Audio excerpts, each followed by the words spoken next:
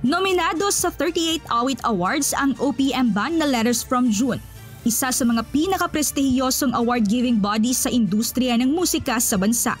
Kasama ang grupo sa People's Voice category na pinangungunahan ng Vibe PH, isang patunay ng patuloy na pagtaas ng kanilang popularidad sa larangan ng OPM. Itinuring ito ng banda bilang isang malaking tagumpay matapos silang makilala sa kanilang makabagbag damdaming mga awitin at relatable na mga songwriting. For us to hear and to learn that we were part of that award with not just one nomination but 3 nominations is just grabe, sobrang whirlwind of emotions po talaga. Up until now, we're still, it's in cloud 9 pa rin. Hindi pa rin po kami makapaniwala. Malaki rin ang pasasalamat ng Letters from June sa kanilang mga taga-suporta, lalo na sa fandom na tinatawag na Junes sa patuloy na pagsuporta sa kanilang musika.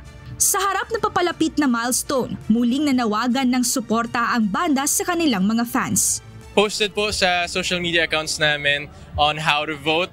You guys need to click a link dun po sa post po namin.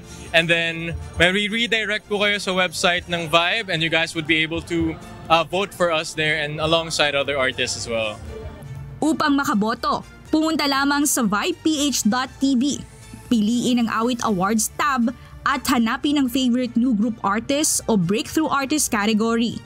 Piliin ang Letters from June at komplituhin ang transaksyon para makaboto. Para po sa inyong lahat to, it's not just for us, and just we'll make sure that no matter what happens, win or lose, we will take this opportunity to better ourselves and to provide more quality music and stuff for our fans and for everyone to enjoy. Kaya naman, bisitahin ang vibeph.tv at suportahan ang pag-usbong ng bagong henerasyon ng OPM.